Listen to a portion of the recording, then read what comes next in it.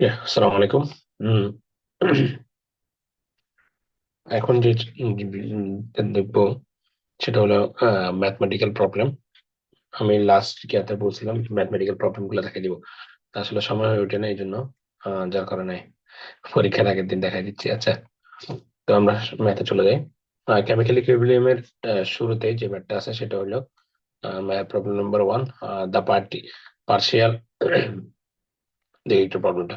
The partial pressure carbon dioxide of the reaction is 0.773 at 500 degree Celsius তাপমাত্রায়। Calculate ক্যাপি ক্যাপি calculate করতে বলছে 600 degree Celsius তাপমাত্রা, অর্থাৎ 506 Celsius degree তাপমাত্রায় এত দেওয়া আছে। আর 600 কত হবে উপর রিয়াকশন অনুযায়ী। উপর রিয়াকশন থেকে ক্যালসিয়াম কার্বনেট থেকে calcium oxide plus carbon dioxide উৎপন্ন হয়, যেখানে ডেলএইচ এর মান দেওয়া আছে 43.2 কিলো ক্যালোরি পার মোল। তো does not given range of the temperature. Okay, তো আমরা দেখি ক্যাপি সমান কি দেওয়া আছে। এখানে ক্যাপি সমান দেওয়া আছে হচ্ছে এটা ক্যাপি। তো ক্যাপি সমান দেওয়া আছে কার্বন ডাইঅক্সাইড, এই যে কার্বন ডাইঅক্সাইড এটা। তো কার্বন ডাইঅক্সাইড ক্যাপি ওয়ান এর মান কত আছে 0.773 মিলিমিটার 500 ডিগ্রি সেলসিয়াস তাপমাত্রা। বা আমরা লিখতে পারি 500 ডিগ্রি সেলসিয়াস তাপমাত্রা যদি লিখি 500 + 273, তাহলে হয় 773 ডিগ্রি, 773 লিখতে পারি। তো ডেলিচ এর মান কত কিলো ক্যালোরিতে যেতে হচ্ছে, ক্যালোরিতে নিয়ে আসছি। টি2 এর মান কত 873, অর্থাৎ 600 সাথে 273 যোগ হয়েছে বেসিক দিয়ে। তো ক্যাপিটুর মান বের করতে বলছে। তো যেহেতু এখানে ডেলিচ আছে, তারপর অন্যান্য এই যে এই জিনিসগুলো আছে, তাহলে আমরা সূত্র কোনটা ধরবো, সূত্র ধরতে হবে তখন এটা। আমরা নর্মালি আমরা জানি কি Kp Kp divide by RT del n. Normally এটা সূত্র জানতে ডেল এন।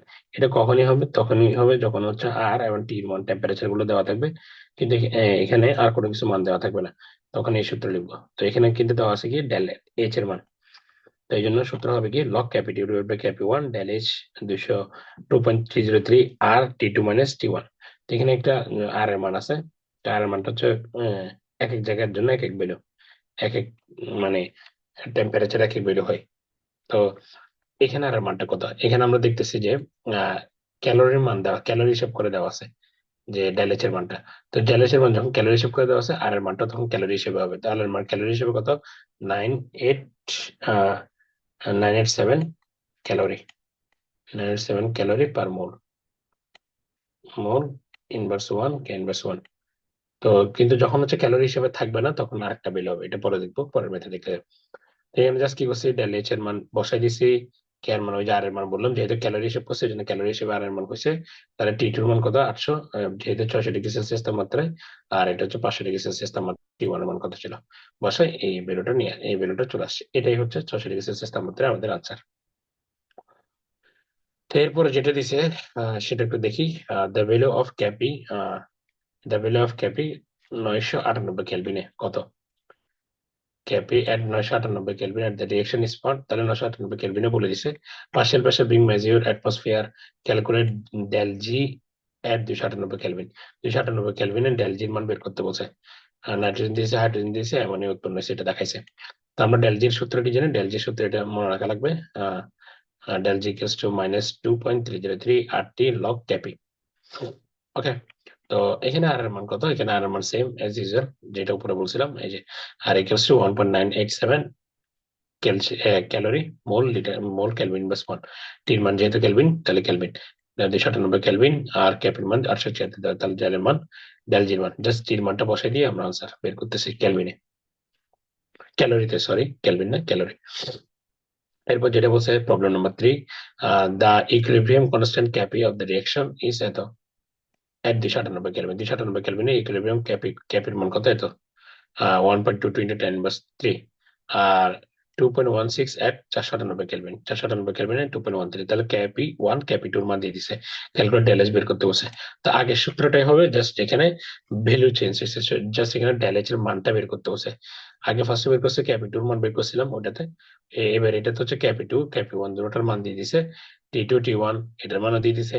তাহলে শুধু বের করতে হবে ডেলএচ এর মান। তো মানগুলো বসে জাস্ট ক্যালকুলেশন করে দিব, ডান।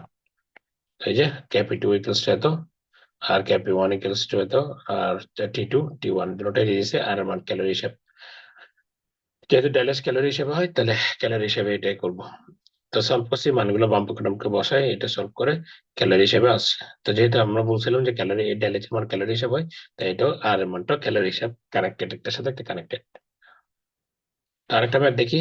আরেকটা ম্যাথ হচ্ছে কি বলছে, some nitrogen and hydrogen gases are pumped into the empty 5 litre gas. কয় লিটার গ্যাস বলছে? 5 লিটার গ্যাস। এটা একটু point to be noted. 5 litre, total 5 litre gas আর কি, 500 ডিগ্রি সেলসিয়াস তাপমাত্রা।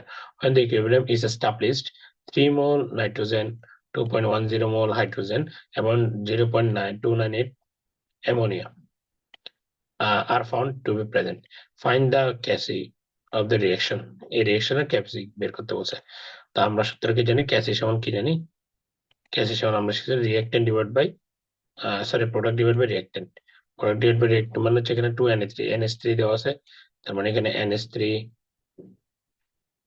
হবে, আর এখানে হচ্ছে 2টা উপরে উপরে যাবে, আর এখানে কি দেওয়া আছে N ইন্টু হাইড্রোজেন, হাইড্রোজেন দেওয়া আছে, হাইড্রোজেনটা হবে। তো হাইড্রোজেন কয়টা? 3টা, এই জন্য 3 উপরে উঠবে। এখানে বেলুগুলো কেমন পাবো? নাইট্রোজেনের যে দেখা যাচ্ছে আমাদের বেলু দেওয়া আছে কত, 0.298 মোল দেওয়া আছে। তা আমরা জানি টোটাল মোল এই যে 5 লিটারটাকে, এই যে প্রত্যেকটাকে যেখানে যত দেওয়া আছে সেটার সাথে 5 লিটার ভাগ দিলে যেটা পাবো ওটা হচ্ছে মোল।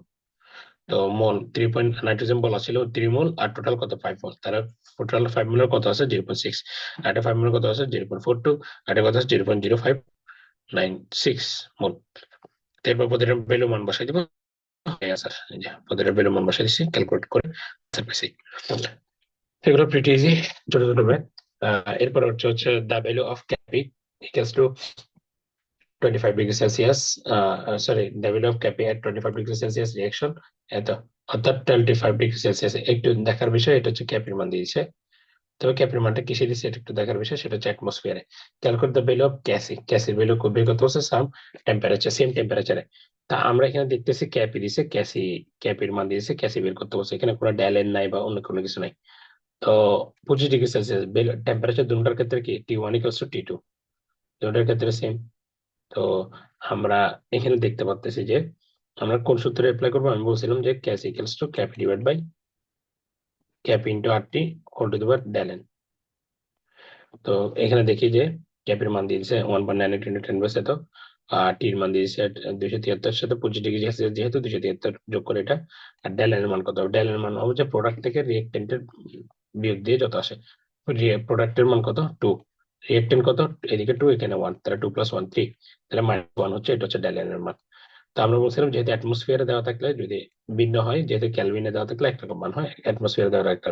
তো অ্যাটমসফিয়ারে দেওয়া থাকলে কত হয় এটা একটু মুখস্থ রাখতে হবে। অ্যাটমসফিয়ারে যেহেতু আছে তাহলে 0.0821, এটা হচ্ছে অ্যাটমসফিয়ারে। আর ওটা যেটা ছিল সেটা হচ্ছে ক্যালোরিতে। তো আমরা জানি ক্যাপি হচ্ছে K C R T whole to the power n. তাহলে ক্যাসির মান যেহেতু বের করতে বলছে, ক্যাসি সমান কি Kp divide by R N whole to the del. তাহলে ক্যাপির মান বসাই দিছে, তারপর হচ্ছে আর এর মান, আর হচ্ছে যে ডেল এন এর মান বসাইছি, বসে ক্যালকুলেশন করে যেটা পাইছি ওটা একটা আনসার। ওকে ডান। এরপর আসি আমরা ইলেকট্রোকেমিস্ট্রি। তো ইলেকট্রোকেমিস্ট্রিতে আগে ইজি ম্যাথটা একটু দেখে ফেলি, তারপর বাকি ম্যাথ। আমরা জানি ট্রান্সপোর্ট নাম্বার পড়ছিলাম আমরা ইলেকট্রোকেমিস্ট্রিতে। ট্রান্সপোর্ট নাম্বার, ট্রান্সপোর্ট নাম্বার অনেকগুলো সূত্র দিয়েছিলাম, তো এখান থেকে একটু দেখি। The speed of ratio silver and nitrate ion in a solution of silver nitrate electrolyte between silver electrolyte is কত? 0.98916, অর্থাৎ রেশিও বলছে এটা। তার মানে রেশিও মান কত? আর এর মান দেওয়া দিয়েছে। Find the transport number of silver plus এমন হচ্ছে নাইট্রেট মাইনাস NO3 মাইনাস। তো আমরা জানি NO3 মাইনাস মানে নেগেটিভের জন্য আমাদের আর এর মানটা কত? টি negative equals to 1/1 plus R.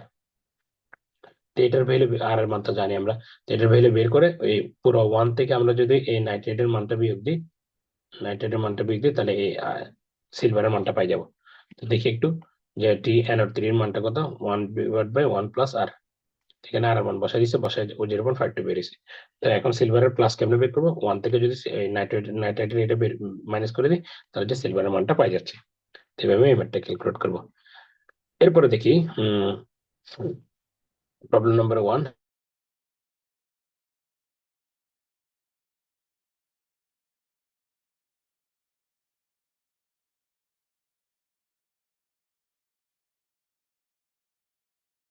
Platinum ইলেকট্রোলাইটের মধ্যে after electrolytes 50 mole anode solution was found in 1.11.55। তাহলে দুইটা দেখার বিষয় সেটা হচ্ছে যে বিফোর ইলেকট্রোলাইটের কত, বিফোর ইলেকট্রোলাইট হচ্ছে 12.14 আর আফটার ইলেকট্রোলাইট কত 1.55। তাহলে কমছে না বাড়ছে? এটা কমছে, ডিক্রিজ হয়েছে। তো কমলে আমরা কি করব এখন, এটা এইভাবে লিখবো যে weight of as a silver 50 solution before ইলেকট্রোলাইটে কত ছিল, আফটার ইলেকট্রোলাইটে কত ছিল। তাহলে ফল অফ কনসেন্ট্রেশন কত কমছে, এটা লিখতে বের করতেছে কত 0.59 গ্রাম। তো 0.59 গ্রামকে আমরা জানি এজ এর পারমাণবিক ভর কত, এজ এর পারমাণবিক ভর হচ্ছে 108, 108 গ্রাম। তো 108 দ্বারা ভাগ দিব, 108 দ্বারা ভাগ দিলে 0.55 এটা বের হয়। এরপর বলছে ডিপোজিট কত, যে while 1.25 metallic silver deposit the cathode. তাহলে এজ এ প্লাস এবং NO3 মাইনাস বের করতে বলছে। তো আমরা ডিপোজিট কত বলছি 1.25 পাইছি, 1.25 কে 160 দ্বারা ভাগ দিয়ে যেহেতু সিলভার তাহলে এটা পাইছি। তো আমরা একটা সূত্র জানি কি, ট্রান্সফার নাম্বারের মধ্যে এজ এ প্লাস প্লাসের জন্য সূত্র জানি fall of concentration around anode আর number of equivalent deposit silver cathode. তো অ্যানোড ডিপোজিট ক্যাথোডের মান পাইছি, এটা একটা 0.0055 আর 0.0116 ভাগ করে দিছি, এটা বেড়ে গেছে।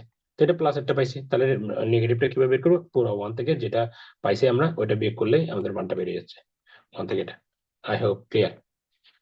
এরপরে যেটা আছে in electrolyte, copper sulphate between copper electrolyte, copper sulphate copper electrolyte total mass copper দেখি deposit at the cathode was এত, তার মানে ডিপোজিট কত হয়েছে 0.153 গ্রাম ডিপোজিট হয়েছে, পয়েন্ট টু বি নোটেড। এরপরে বলছে বিফোর এবং আফটার ইলেকট্রোলাইট কত হয়েছে 0.79 আর হচ্ছে 0.91। তাই ডিক্রিজ হয়েছে ইনক্রিজ হয়েছে, তাহলে এটা হচ্ছে ইনক্রিজ হয়েছে respectively. Calculate the copper 2 plus এবং সালফেট 4 মাইনাস। এটা হচ্ছে CuSO4 ছিল, অর্থাৎ কপার সালফেট ছিল।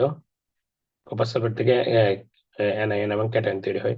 তো কপার 2 প্লাস আর হচ্ছে যে SO4 2 মাইনাস, এভাবে তৈরি হয়েছে এটা। তো আমরা দেখি যে লিকুইড বিফোর ইলেকট্রোলাইট কত, আফটার ইলেকট্রোলাইট কত, আর ইনক্রিজ ওয়েটটা কত হয়েছে 0.12। কিন্তু আমাকে বলছে ডিপোজিট কত হয়েছে 1.52, কিন্তু অ্যাকচুয়ালটা কত, অ্যাকচুয়াল পাইছে কত 0.12। অ্যাকচুয়ালটা কত 0.12, তাহলে অ্যাকচুয়ালটা যেটা সেটা থেকে এটা বিয়োগ দিব। এই যে বাট অ্যাকচুয়াল ইনক্রিজ 0.12। তাহলে কপারের আয়নের মাইগ্রেশনটা কত হয়েছে, মাইগ্রেশন মানে চেঞ্জটা কত হয়েছে 0.03। এই 0.03, তাহলে আমি কি করবো, ট্রান্সফার নাম্বার কপারের আয়নের জন্য ট্রান্সফার নাম্বার কি বেরোবে 0.33 যেটা পাইছি ওটা অ্যাকচুয়াল, আর 0.513 যেটা বলা ছিল ওইটা, এটা থেকে 0.215 পাইছি কপার প্লাসের জন্য। মাইনাসের জন্য কি পাবো, মাইনাসের জন্য হচ্ছে 1 মাইনাস 0.215 বিয়োগ করলে 1 থেকে ওই যেটা কপারের প্লাসের জন্য পাইছি এটা বিয়োগ করে দিলে মাইনাসের জন্য আনসার। তো এই হলো মোটামুটি এই ম্যাথ গুলা, আই হোপ ক্লিয়ার এগুলা। তো এই তো এটুকুই, এই ম্যাথ গুলো ছিল আর কি। তো সরি ফর দ্যাট, আমি ক্লাস বাকিগুলো একটু বুঝাই দিব বলছিলাম, তো আমার নিজেরও সময় হয়নি, প্লাস আমি নিজেও শেষ না করার কারণে বুঝাই দিতে পারিনি। আই হোপ এই ম্যাথ গুলো সবাই ক্লিয়ার হবে ইনশাল্লাহ, পারবো ইনশাল্লাহ। ঠিক আছে, আসসালামু আলাইকুম।